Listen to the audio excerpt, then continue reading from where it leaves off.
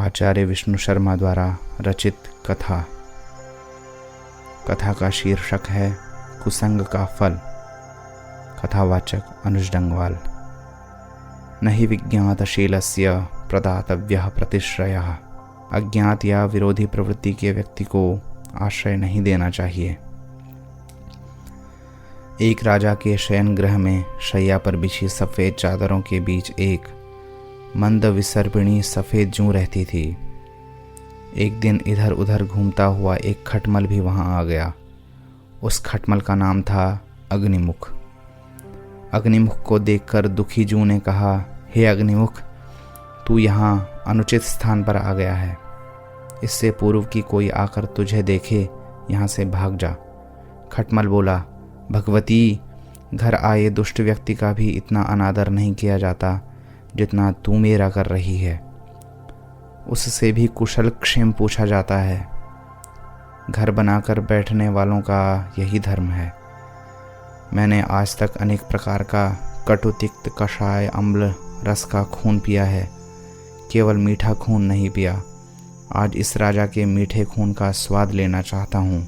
तू तो रोज ही मीठा खून पीती है, एक दिन मुझे भी उसका स्वाद लेने दे। जूं बोली, अग्निमुख, मैं राजा के सो जाने के बाद उसका खून पीती हूँ। तू बड़ा चंचल है, कहीं मुझसे पहले ही तूने खून पीना शुरू कर दिया तो दोनों मारे जाएंगे। हाँ, मेरे पीछे रक्तपान करने की प्रतिज्ञा करे तो एक रात भले ही ठहर जा। खटमल बोला, भगवती, मुझे स्वीकार है। मैं तब तक रक्त नहीं पीऊँगा जब तक तू नहीं पी लेगी। वचन भंग करूँ तो मुझे देवगुरु का शाप लगे। इतने में राजा ने चादर ओढ़ ली, दीपक बुझा दिया। खटमल बड़ा चंचल था, उसकी जीभ से पानी निकल रहा था। मीठे खून के लालच से उसने जूं के रक्तपान से पहले ही राजा को काट लिया। जिसका जो स्वभाव हो वह उपदेशों से नहीं छूटता।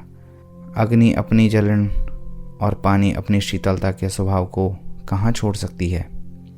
मर्त्य जीव भी अपने स्वभाव के विरुद्ध नहीं जा सकते।